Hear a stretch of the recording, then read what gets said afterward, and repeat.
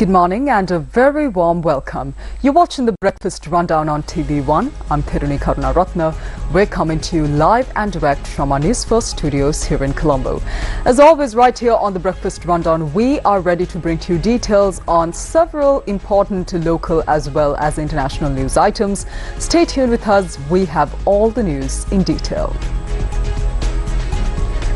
Today marks 20 years since one of the darkest days in Sri Lankan history, and that is the 2004 Indian Ocean tsunami disaster that claimed around 35,000 lives here in Sri Lanka.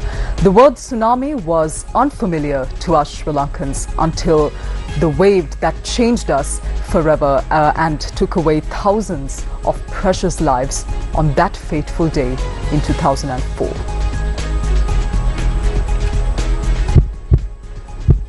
Date 26th December 2004.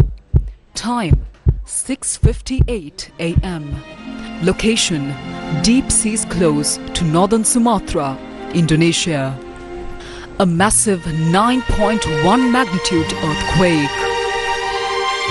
On the morning of the 26th of December 2004, while many were spending their vacation after Christmas, a massive undersea earthquake measuring 9.1 on the Richter scale triggered a tsunami that charged across the Indian Ocean. Moments later, Newsfirst was informed that tremors were experienced across multiple locations.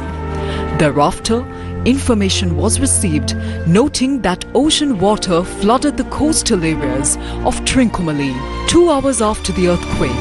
At exactly 9:26 a.m., the tsunami struck Sri Lanka at a speed of 800 kilometers per hour. This was the largest natural disaster experienced in Sri Lankan history. Across 14 countries in the Asian region, a total of 227,898 people lost their lives, and in Sri Lanka, approximately 35,000 people died. The tsunami washed away a packed commuter train in Panalia with the loss of 1,270 lives, the world's worst ever train disaster. 141 lives are still unaccounted for.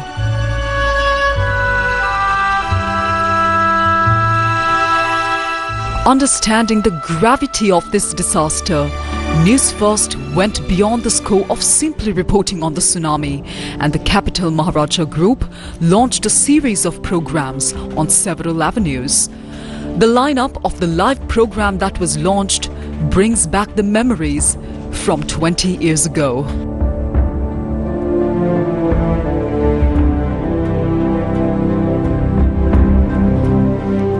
While delivering verified information to the public, Newsfirst also launched a program to support the families of the victims to recover. The Sahana Yatra was launched to support our fellow Sri Lankans who were left with nothing except for what they were wearing on that day. United as one, Sri Lankans started to recover from the 2004 tsunami tragedy.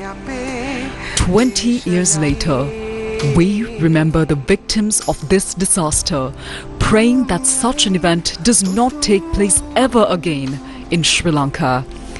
Let us rise together with the lessons that we learned from the tsunami disaster, as this would be the highest honor that we can bestow on our fellow countrymen and women who died under tragic circumstances.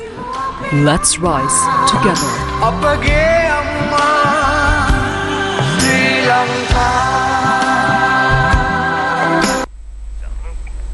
Today marks the National Safety Day, a day of remembrance for all those who lost their lives due to the devastating 2004 tsunami, as well as various other disasters that occurred in the country.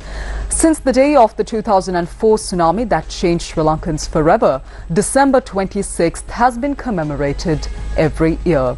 Since 2012, this day has been declared as the National Safety Day by the government of Sri Lanka.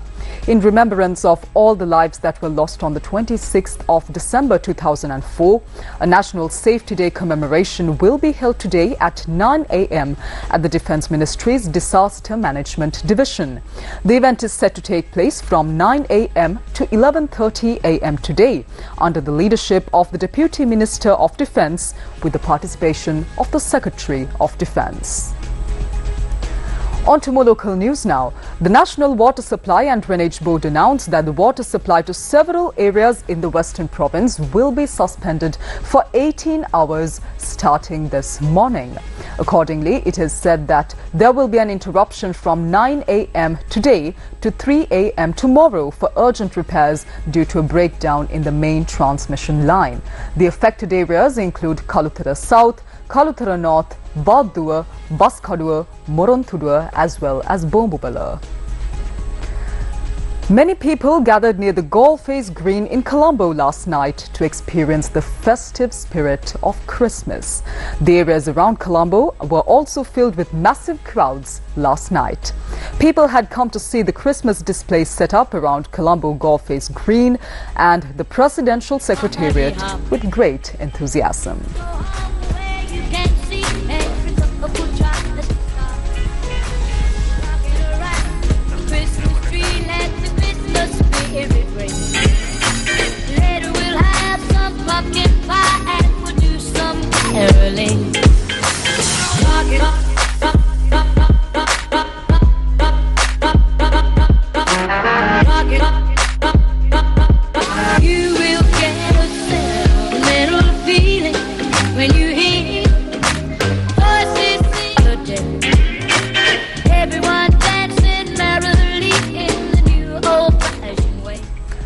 Meanwhile, Sri Lanka police have deployed more than 8,500 traffic officers to control the heavy traffic congestion during the festive season. Director and media spokesman of the Police Media Division, Senior Superintendent of Police Buddhika Manatunga said that inspections are being conducted by the Highway Patrol Division and at the entrances to the highways. He also mentioned that the primary focus of these inspections is to search for drunk drivers. The day before yesterday, legal action was launched against 251 drunk drivers. SSP Buddhika Manatunga further mentioned that this action was taken under the guidance of the Acting Inspector General of Police as part of a special traffic operation. Let's move on to a weather update for this morning now. A few showers may occur in the northern and eastern provinces of Sri Lanka. Mainly fair weather will prevail in the other areas of the island. Misty conditions can be expected at some places in the western, Sabaragamuwa, central, southern, Uva and north central provinces during the morning. And in your marine weather update, mainly fair weather will prevail in the sea areas around the island. Winds will be northeasterly in the sea areas around the island and speed will be 20 to 30 kilometers per hour. The sea areas around the island will be slight to moderate.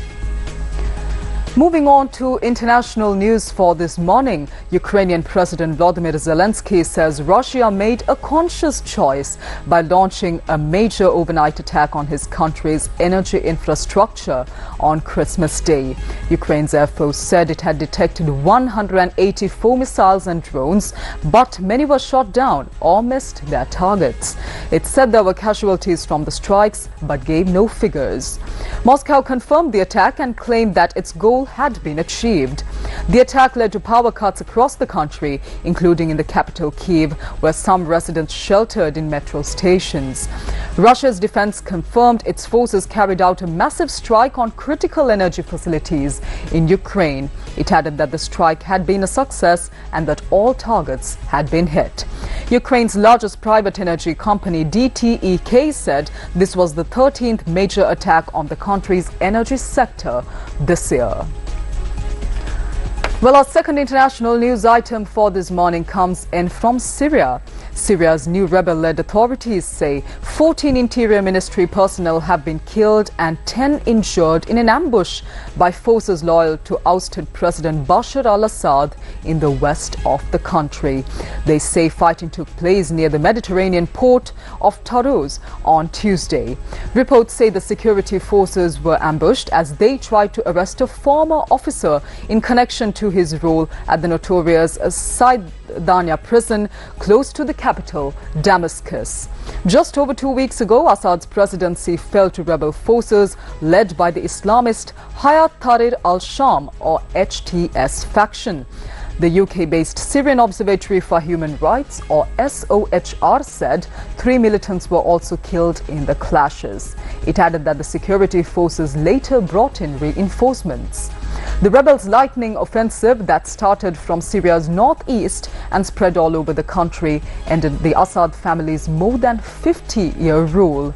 Assad and his family were forced to flee to Russia upon this attack. HTS has since promised to protect the rights and freedoms of many religious as well as ethnic minorities residing in Syria. Now, the HTS is designated as a terrorist organization by the United Nations, the United States, the European Union, the United Kingdom, as well as other entities.